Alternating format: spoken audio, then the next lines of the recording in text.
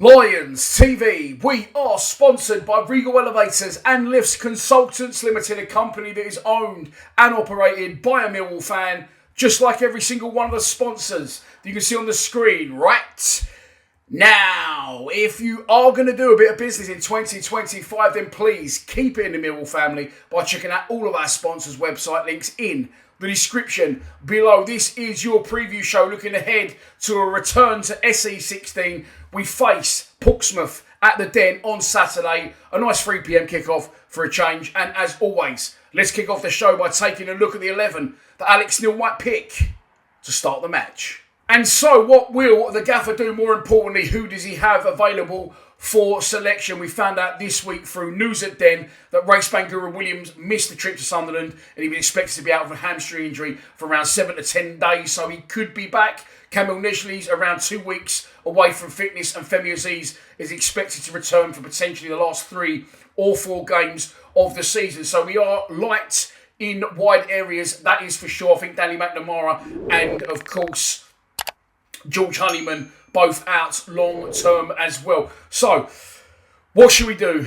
As I said before, and I'm going to keep saying this, the playoffs is not impossible. We've got 6 games left, so whatever is times that by 3 was 18 points to play for.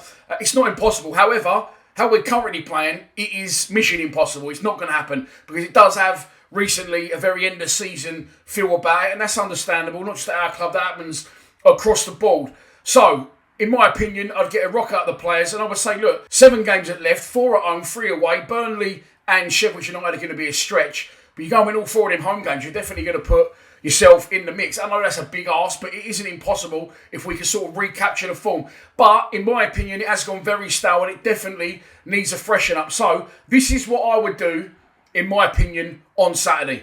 Lucas Jensen in goal. I would switch it to 3 centre-backs, Kramer, Tanganga and Cooper. And let's see what Kramer can actually do in the position that he's supposed to be playing in. Ryan Leonard, right wing-back. Joe Bryan, left wing-back. Then Billy Mitchell and George Saville as a central midfield pairing, with Casper Denor playing just in front of them. And up front, Josh Coburn and the big Garlic and Herb. Okay, let me explain my selections. There is no Connolly in that, and I left Connolly out in my Sunderland prediction, and I thought he was absolutely atrocious. And he's come out in the press and said that he'd love to stay. Well, of course he would. I'm not being rude, but you know he's not getting long-term contracts anywhere else, is he? So he's not doing it for me. If you want to play Connolly in a 10, that's your choice. Up front, I don't feel it's ever going to work long-term with the big 2 strikers, but it's only one way to find that. They did it once against Stoke, and people said, well, that didn't work. Well, no, it didn't, but you're going to need a good run of games to see if it does work. So he has said earlier, literally before I started filming Alex Neil as well, that he's going to go for it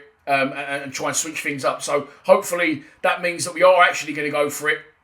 In the midfield, I'd have Savs in there. I like him for that experience. Lenny, of course, come on at Sunderland. If he's not fit enough to complete a game, let's get him starting a game and try and get in front. Him and Joe Bryan, who's in really good form at the minute, get them bombing on. Go 3 centre-backs. If anything, I think it will make us less defensive and more attacking. And there's been a lot of talk lately that it's gone stale and we're not doing the things we was doing when Alex Neil first come in, and I completely agree, but it can happen, as I said, not just at our club, but across the board. A very end of season feel about things at the minute. I watched a podcast the other day. Steve Watson used to play for Newcastle. I've seen it before, but I'm re-watching the Under the Cosh ones now, waiting for some more content. And he said Gaza gave him the ball in an area, and Steve Watson got rid of it. He said, Gaza, I don't fucking want it in there. And Gaza said to him, hang on, sorry, 1 second. You don't want the football. And I feel that this is, I'm going to say it, the game's gone. But it's been lost, as in terms of back in the day, you had people, there's 22 people on the pitch. You don't get a long time with the ball. And when you get the ball, you want to be excited. You want to get bums off seats. You want to make things happen and take the responsibility and show a bit of flair and show a bit of what you can do on it. And all players want to seem to do, again, not just at our club, in this day and age across the board, is get it and play it 2 fucking yards or 3 yards and just keep doing this and this, and it's fucking boring. That's why I didn't mind under Neil Harris, because at least he said, right, we can't really play. Let's fucking get up the centre forwards, get off them and try and create some chances. We're not creating a lot. I mean, Sunderland, it was slim pickings again. And I just feel that, just get out there. Okay, look, you've had this end of season feel about you. There's nothing to lose now. You know, we're not going to go down. We're probably not going to make the playoffs, but let's go out trying at least. Get out there Saturday. Pompey will bring a good crowd. You know, I imagine we will as well. The weather's going to be good this weekend. And let's just go out and show what we can do. Express yourselves. Get on the football. Try and make things happen. You know, show a bit of flair, a little bit of creativity. Get beyond players and try and make things happen. And by the way, I'm going to cover just quickly as well. AJ Matthews was on the bench, I think, at Sunderland and Stoke.